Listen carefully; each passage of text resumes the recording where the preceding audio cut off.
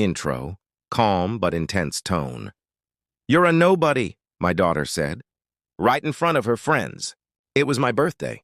She looked me dead in the eye and said, "You fix toilets. You think that makes you a man? Mom's new boyfriend owns 3 restaurants. And my wife," she laughed. Then she added the words that burned through me like acid. "Well, it's time you know the truth. You were always just temporary." I didn't argue. I didn't shout. I just walked away, packed my bags, and 30 minutes later, my phone blew up with 29 missed calls. Chapter 1. The Birthday Breakdown. I wasn't expecting a party. It was my 46th birthday, and I've never been one for candles or cake. But humiliation? That I didn't see coming. Lisa, my wife, wanted a small dinner at home. She ordered fancy takeout, poured herself wine, but didn't even offer me a glass. She invited her new circle of friends, none of whom I knew. I stood there, sipping flat soda, wondering when I'd turned invisible in my own house. Then came the moment that changed everything. My daughter, Madison, 17, phone glued to her hand, giggled with her friends. One of them asked, "Wait, is that your dad?" She looked at me, smirked, and said, "Yeah, that's him. He fixes toilets for a living. Thinks that makes him a man," they laughed. She laughed. And then she said it, loud enough for everyone to hear. "You're a nobody." I froze. This was the same little girl who once called me her hero, the one I carried on my shoulders, the one I protected from the world. Now I was just the punchline. Lisa raised her glass, smiling cruelly. "Well, it's time you knew the truth," she said. Then she gestured toward a man in a designer suit. I hadn't even noticed him walk in. "This is Derek. He owns 3 restaurants. He's more of a man than you've ever been. You were always just temporary." No one stopped her. No one blinked. So I didn't yell. I didn't cry. I walked upstairs, packed a single duffel bag, and left. When the front door closed behind me, I felt peace for the first time in years. 30 minutes later, my phone started buzzing. 29 missed calls, 1 from Madison, 2 from Lisa, 26 from unknown numbers. And the last one from Derek, I smiled, because they had no idea. I had already decided they were going to regret every single word. Chapter 2. Let them laugh. I turned off my phone. Not because I couldn't handle it, but because I didn't want to. Their panic was just noise. That night, I slept in the back seat of my truck outside a 24-hour laundromat. It wasn't warm, it wasn't comfortable, but for the first time in years, I could breathe. The next morning, I sat in a diner near my old apartment. Coffee, black, like the thoughts brewing in my head. At first, it wasn't about revenge. It was about understanding how everything fell apart. Lisa and I started from nothing. She worked in a bookstore while I was a plumbing apprentice. We had dreams. We had promises. I told her, "Give me 10 years and you'll never have to lift a finger." She smiled and said, "Just don't forget who was there when you had nothing."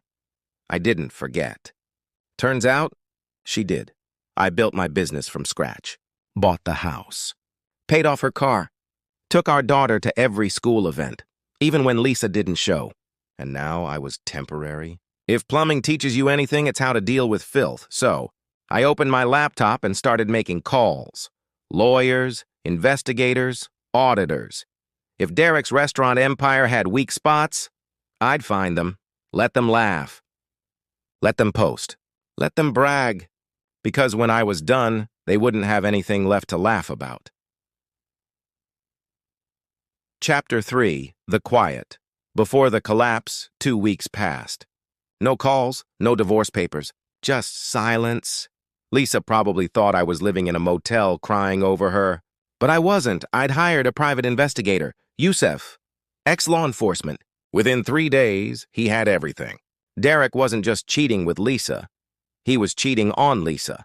Multiple women, receipts, photos, timestamps, and his restaurant empire built on lies, tax evasion, illegal construction, massive debt. Perfect. I sent everything anonymously to the IRS and local reporters, and I made sure Lisa's name appeared beside his, listed as a financial partner. Meanwhile, Madison posted TikToks bragging about mom and new dad.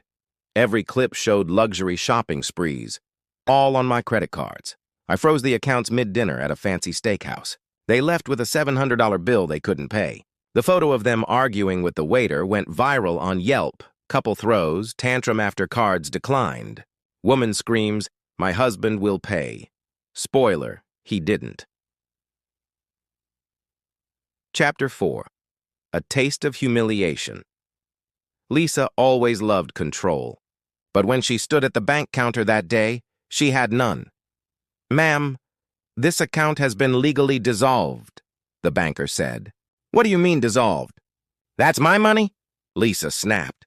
"It was in your husband's name only," the banker replied. "And per documentation he removed you 2 weeks ago?" Lisa blinked in disbelief. She didn't know. I'd already handled everything quietly.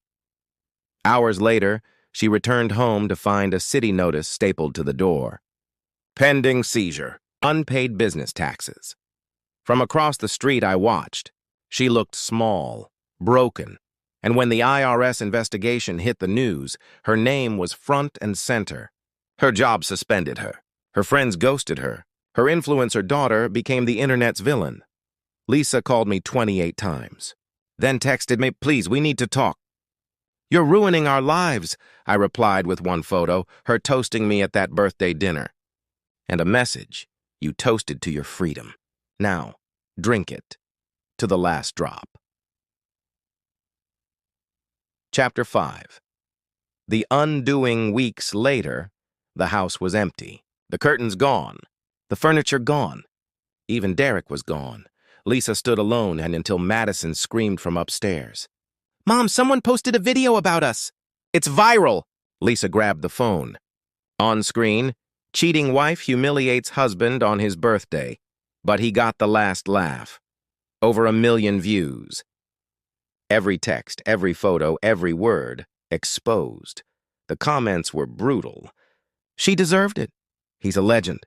That daughter's just like her mother." Lisa broke down. Madison cried. Derek called, panicking.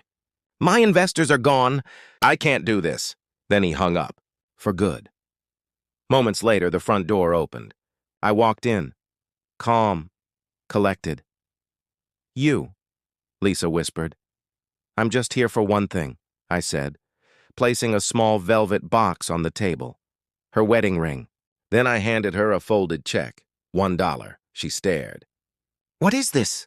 "It's your share," I said, "after debts, taxes, and settlements." Then I turned to leave. "You once said I was temporary," I added, pausing at the door. "Now you're the one left behind." Chapter 6. Peace. Finally, a year later, I stood on the porch of my lakeside cabin, coffee in hand. The air silent. My phone buzzed at a message from Yusef. "Lisa's broke. Derek's bankrupt." Madison moved out. I felt nothing but peace. Inside, my walls were filled with new memories. Friends, family, a new love. Someone who didn't mock me for working with my hands. And in my desk drawer, a letter from Madison. "Dad, I'm sorry. I miss you. Maybe one day I'll reply, but not today. Today, I'm free. I'm not a nobody. I'm the man who survived them and walked away stronger." Outro, narrator tone slows, fades to call to action. Was his revenge justified? What would you have done? Tell us in the comments below. Like the story.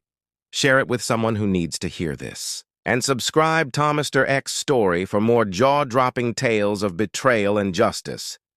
Because here, every lie has its reckoning, and every betrayal finds its shadow.